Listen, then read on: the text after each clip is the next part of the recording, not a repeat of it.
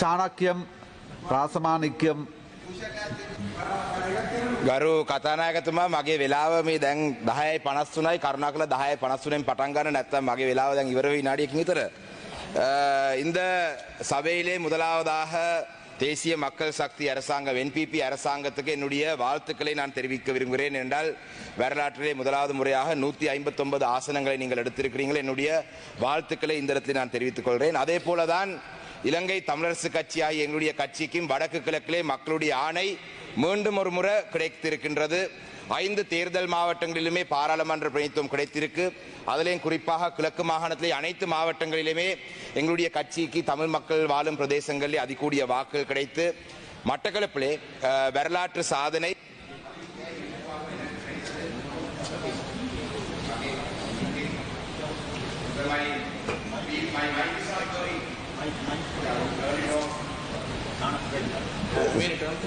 Yeah, sorry. Okay.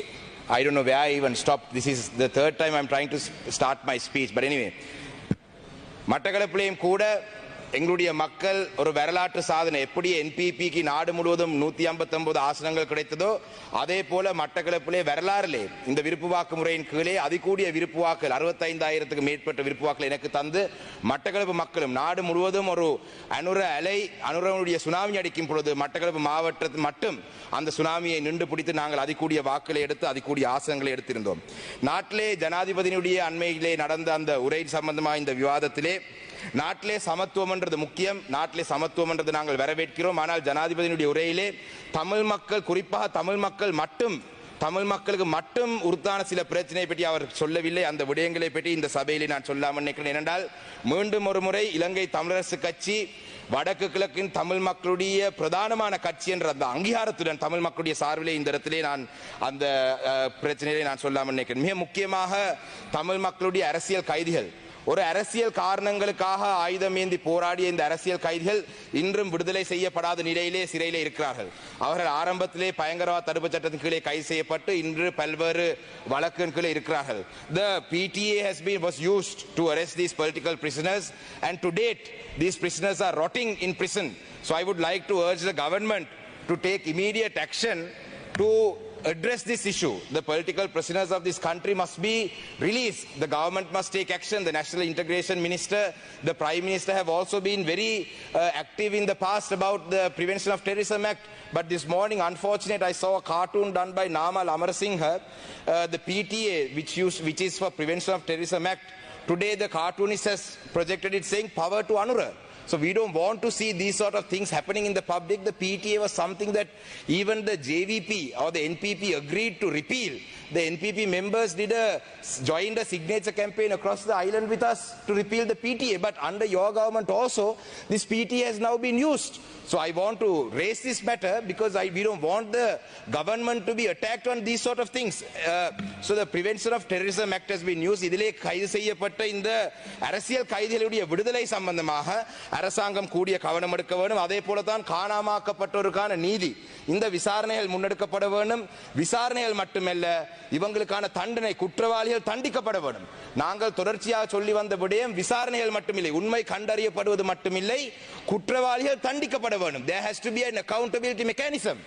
So the previous government proposed a TRC. I don't know if you all are going to go ahead with it or not. We want to know the government's official position on the accountability project.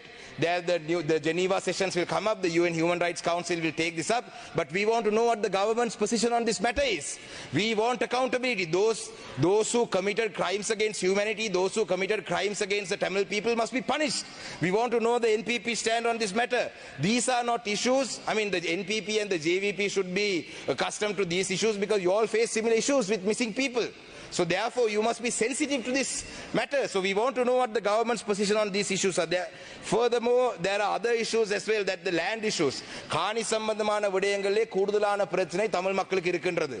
இந்த பிரச்சனை சமத்துவம் என்ற அடிப்படையில் சிங்கள மக்களுக்கு இல்லாத இந்த பிரச்சனை தமிழ் மக்களுக்கு இருக்கின்றது. மிக முக்கியமாக காணி பிரச்சனை சம்பந்தமாக எங்களுடைய மேச்சத்தரையுடன் சம்பந்தப்பட்ட மகாவலி அதிகார சபையினுடைய பிரச்சனை வடக்கு கிழக்கிலே 8 மாவட்டங்களிலும் இருக்கின்றது. மட்டக்களப்பிலே குறிப்பாக மயிலத்தமடு மாதவனை என்ற பிரச்சனை இருக்கு. இருக்கின்றது ஒரு மேச்சத்தரை பிரச்சனை. இதே போலதான் இந்த மகாவலி அதிகார சபையினுடைய பிரச்சனைகள் முல்லைத்தீவாக இருக்கட்டும், வவுனியாவாக இருக்கட்டும், எல்லா மாவட்டங்களிலும் திருவோணமலையிலும் இருக்கின்றது. இந்த பிரச்சனைகள் தொடர்பாக அரசாங்கத்துடைய நிலப்பாடை நாங்கள் அறிய வேண்டும். அதே போலதான் தொல்பொருள் திணைக்களத்தால் இந்த நாட்டிலே சிங்கள மக்களுக்கு எந்த அச்சுறுத்தலும் இல்லை. ஆனால் தமிழ் மக்கள் தொடர்ச்சியாக இந்த தொல்பொருள் சட்டத்தின் கீழே பாதிக்கப்பட்டார். அந்த வகையிலே குருந்தூர் மலையாக இருக்கட்டும், திரியாய் பிரதேசமாக இருக்கட்டும், வடுக்குநாரி மலையாக இருக்கட்டும், மட்டக்களப்பிலே குசலான மலையாக இருக்கட்டும், இந்த பிரதேசங்களிலே இந்த தொல்பொருள் பிரச்சனை தொடர்பாக அரசாங்கம் தங்களுடைய நிலப்பாடை அறிவிக்க வேண்டும். அதே போலதான் ஃபாரஸ்டினுடைய பிரச்சனை 83ஆம் ஆண்டு வரைவு படத்துக்கு போறதாக கடந்த ஜனாதிபதி சொன்னார். Regarding the forest land issue, the previous government was in the position of their government was to go back to the 1983 survey plan of the Sri Lanka, the land available in Sri Lanka. If we go back to that plan, some of these forest land issues can be resolved. So we want to know the government's position on this matter. The National Integration Minister is here, so we want to know, because the forest land issue is a big problem that we face in the north and the east. I'm sure the forest land issue is there in the other parts of the country as well, but this is a major problem that we face. Furthermore, there are other administrative related issues that are not existing in the majority areas. எங்களுடைய கல்முனை வடக்கு பிரதேச செயலம் சம்பந்தமான பிரச்சனை, இது நிர்வாக ரீதியான ஒரு பிரச்சனை.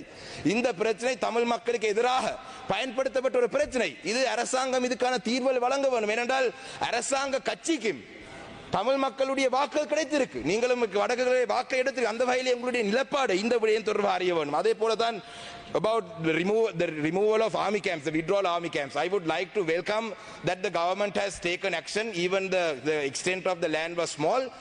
Army camp has been removed because it was not necessary. Some roadblocks have removed. We welcome that. Thank you. These are things that the previous government should have done.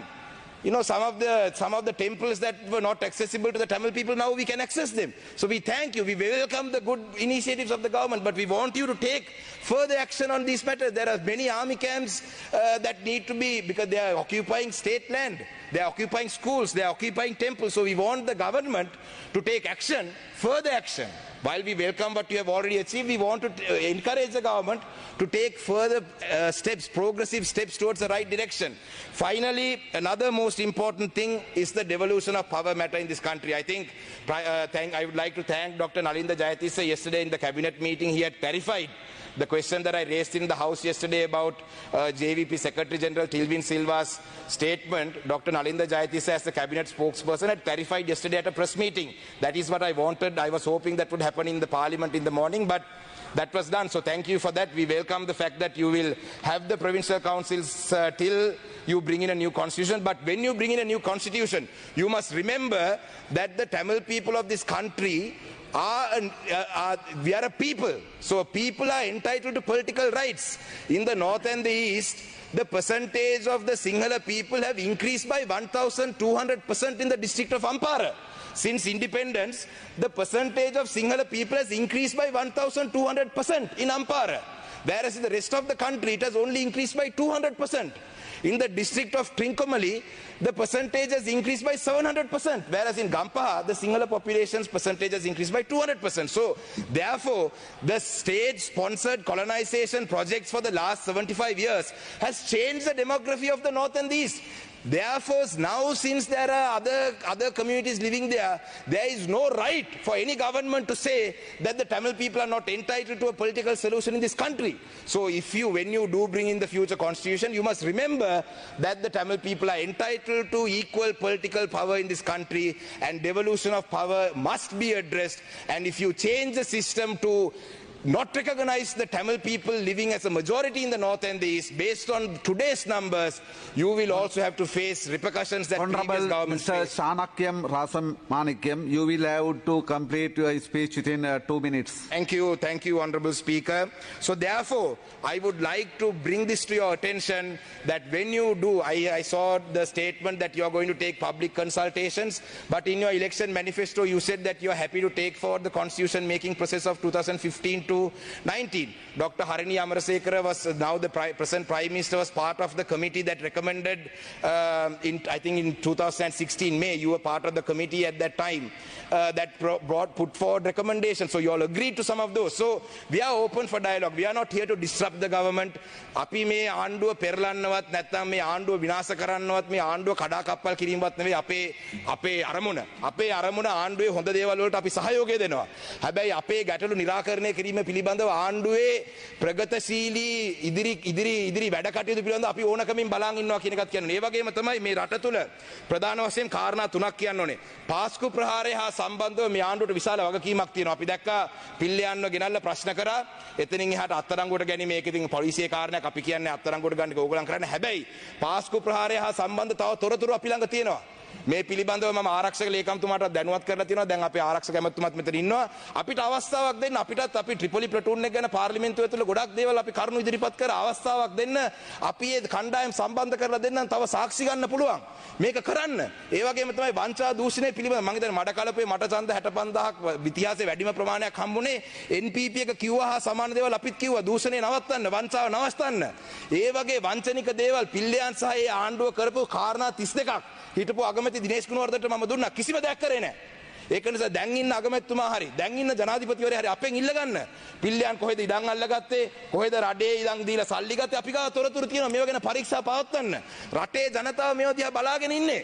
ඒක නිසා අපි කැමති නෑ මේ ආණ්ඩුවට. මොකද 159ක් වගේ ලොකු මැජොරිටි එකක් තියෙන ආණ්ඩුවක් භාවිතා කරලා අපි මේ රට ඉදිරියට ගෙනියන්න තමයි අපිත් බලන්නේ. එහෙම නැතුව මේ ආණ්ඩු පෙරලා අපිට බලයට එන්න උවමනාවක් නෑ. මොකද අපේ පක්ෂේ කොහොමත් බලයට එන්න පුළුවන් පක්ෂයක් නෙවෙයි. ඒක නිසා අපිත් එක්ක ඉදිරියට වැඩ කරන්න කියලා තමයි අපි මේ ඉල්ලා සිටින්නේ. ඒ වගේම තමයි බාර් පර්මිට් පිළිබඳව. උතුරු පළාතේ ඉන්න മന്ത്രിවරුන්ටත් බාර් පර්මිට් තියනවා කියලා කිව්වා. වික්නේශ්වරන් මන්ත්‍රීතුමා එලිපිට පිළිගත්තා. ඇයි ඒ ලැයිස්තුවේ ඉතුරු ටික තාම දැම්මේ නැත්තේ? අපිට කිව්වා මේ බාර් පර්මිට් ගැන මේ අපිට විස්තර තියෙනවා කියලා කිව්වා. ඒව ගැන පරීක්ෂණ පවත්වන්න. රටේ ජනතාව දැනගන්න ඕනේ බාර් පර්මිට් ගත්ත മന്ത്രിවරු කවුද කියලා.